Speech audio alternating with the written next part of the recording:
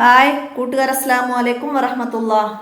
English medium school മദ്രസയിലെ 3-ാം ക്ലാസ്സിലെ അഹ്കാമു തജ്വീദിലെ അദ്ദറസു റാബിഅ 4-ാമത്തെ പാഠവുമായിട്ടാണ് ഞാൻ വന്നിരിക്കുന്നത്. നൂനിൻ്റെ ഉന്നത്ത്, ഷദ്ദുള്ള നൂനിനെ ഉന്നത്ത് ചെയ്ത് ഓതണം. അതുപോലെ ഷദ്ദുള്ള മീമും. അപ്പോൾ അത് അടുത്ത പാഠത്തിലായിരിക്കും നിങ്ങൾക്ക് വരുന്നത്.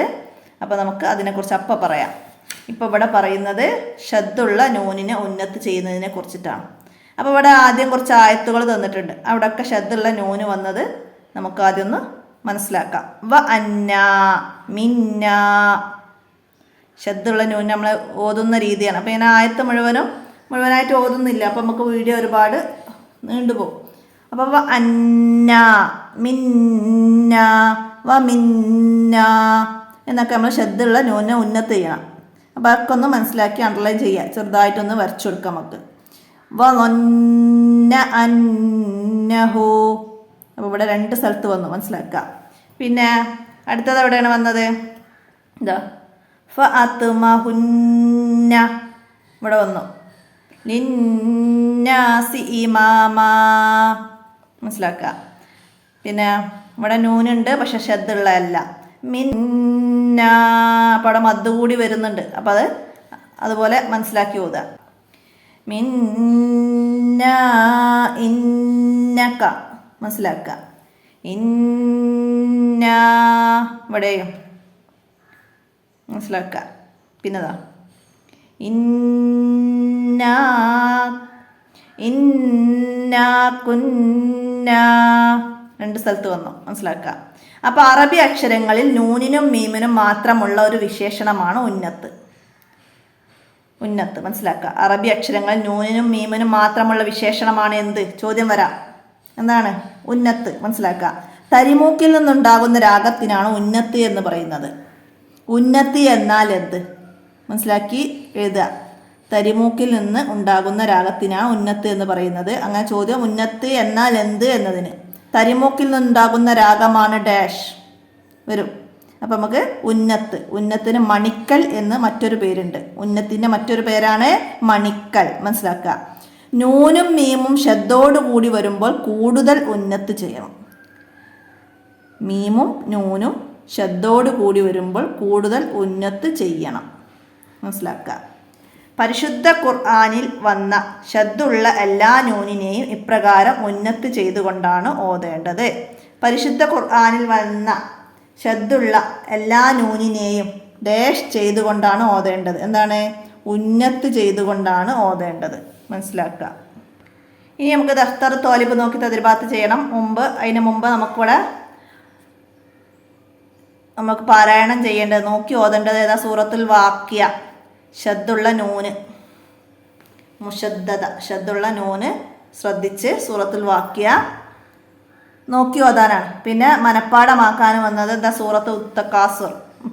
സൂറത്ത് മുത്തക്കാസുറും പിന്നെ നമ്മൾ പഠിച്ച അദക്കാറുകളും. നമ്മൾ തജ്വീദുൽ ഖുർആനിൻ്റെ ബാക്ക് ഭാഗത്ത് വരുന്നുണ്ടാവും നിങ്ങൾ പഠിച്ച ദിക്റുകൾ ഒക്കെ.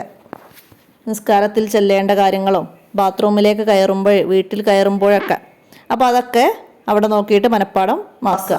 അപ്പോൾ അവിടെ താഴത്തുണ്ട്, എല്ലാവരും മനസ്സിലാക്കി ഓതുക. നമ്മൾ 2-ാം ക്ലാസ് പഠിച്ച സൂറത്താണ്. അപ്പോൾ അത് ഹിഫ്ലാക്കേണ്ട സൂറത്തുകൾ അതിൻ്റെ കൂടെ അന്നന്ന് തന്നെ മനസ്സിലാക്കി ഓതി പഠിക്കുക. ഖുർആൻ ഹിഫ്ൽ എക്സാമിന് നിർബന്ധമായിട്ടും നമുക്ക് ഇതൊക്കെ ആവശ്യമുള്ളതാണ്. അപ്പോൾ എല്ലാവരും നമ്മൾ പഠിച്ചതാണ്, എന്നാലും ഒന്നുകൂടി ഓർത്ത് മനസ്സിലാക്കി പഠിക്കുക. ദഫ്തർ തോലിബിൽ നമുക്ക് ഫസ്റ്റ് വരുന്നത് എന്താണ്? ഷദ്ദുള്ള നൂനുകൾ മനസ്സിലാക്കാനാണ്. അപ്പോൾ ഇവിടെ ഒരായത്ത് തന്നിട്ടുണ്ട്. ഒരു സൂറത്തിൽ നിന്നുള്ള സൂറത്തിലെ ആയത്ത് തന്നിട്ടുണ്ട്. അപ്പോൾ അതിൽ ഷദ്ദുള്ള നൂന്. അപ്പോൾ നന്നായിട്ട് ശ്രദ്ധിച്ച് ഓതുക. എന്നിട്ട് ഷദ്ദുള്ള നൂന് ഷദ്ദ് ചെയ്ത് ഉന്നത്ത് നൽകി ഓതുന്നത് മനസ്സിലാക്കുക. അപ്പോൾ ഇവിടെ വന്നിട്ടുണ്ട്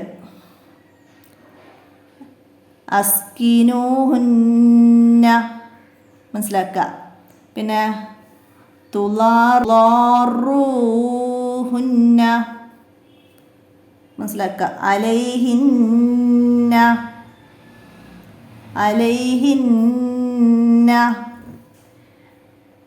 ഹംലഹുന്ന ഫആതൂഹുന്ന ഉജൂറഹുന്ന. അപ്പോൾ അതൊക്കെ ഷദ് ഉന്നത്ത് നൽകി ഓതുന്നത് ശ്രദ്ധിച്ച് മനസ്സിലാക്കുക. പിന്നെ അടുത്ത ആയത്തും അതിൽ നോക്കാം. യാ അയ്യുഹൻ നബിയു നബിയു ഔലാദഹുന്ന. ഇവിടെ ഒന്നോ പിന്നെ ഇവിടെയാണ് വരുന്നത്, മനസ്സിലാക്കുക. ഐദീഹിന്ന വ അർജുലിഹിന്ന അബായിഹുന്ന ഫസ്തഗ്ഫിർ ലഹുന്ന. അപ്പോൾ ഇവിടെ ഇതിലേക്ക് ചേർത്ത് ഓതുമ്പോൾ വസ്തഗ്ഫിർ ലഹുന്നല്ലാഹ ഇന്നല്ലാഹ.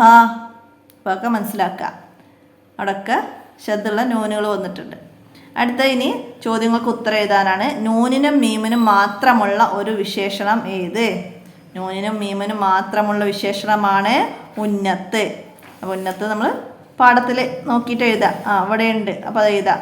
മീമിനും നൂനിനും മാത്രമുള്ള ഒരു വിശേഷണമാണ് ഉന്നത്ത് അഥവാ മണിക്കൽ. രണ്ടും എഴുതാം. അടുത്തത് എന്തിനാണ് ഉന്നത്ത് അഥവാ മണിക്കൽ എന്ന് പറയുന്നത്? എന്തിനാണ്? തരിമൂക്കിൽ നിന്നുണ്ടാകുന്ന രാഗത്തിനാണ് ഉന്നത്ത് എന്ന് പറയുന്നത്. അപ്പോൾ നമ്മൾ നേരത്തെ അടയാളപ്പെടുത്തിയിട്ടുണ്ട്. തരിമൂക്കിൽ നിന്നുണ്ടാകുന്ന രാഗത്തിനാണ് ഉന്നത്ത് എന്ന് പറയുന്നത്. അത് അടയാളപ്പെടുത്താം. അടുത്തത് ഉന്നത്ത് കൂടുതൽ ഉണ്ടാകുന്നത് എപ്പോൾ? എപ്പോഴാണ് ഉന്നത്ത് കൂടുതൽ ഉണ്ടാകുന്നത്? ഇവിടുന്ന് എഴുതാം. നൂനും മീമും ഷദ്ദോടുകൂടി വരുമ്പോൾ കൂടുതൽ ഉന്നത്ത് ചെയ്യണം. നൂനും മീമും ഷദ്ദോടുകൂടി വരുമ്പോൾ കൂടുതൽ ഉന്നത്ത് ചെയ്യണം.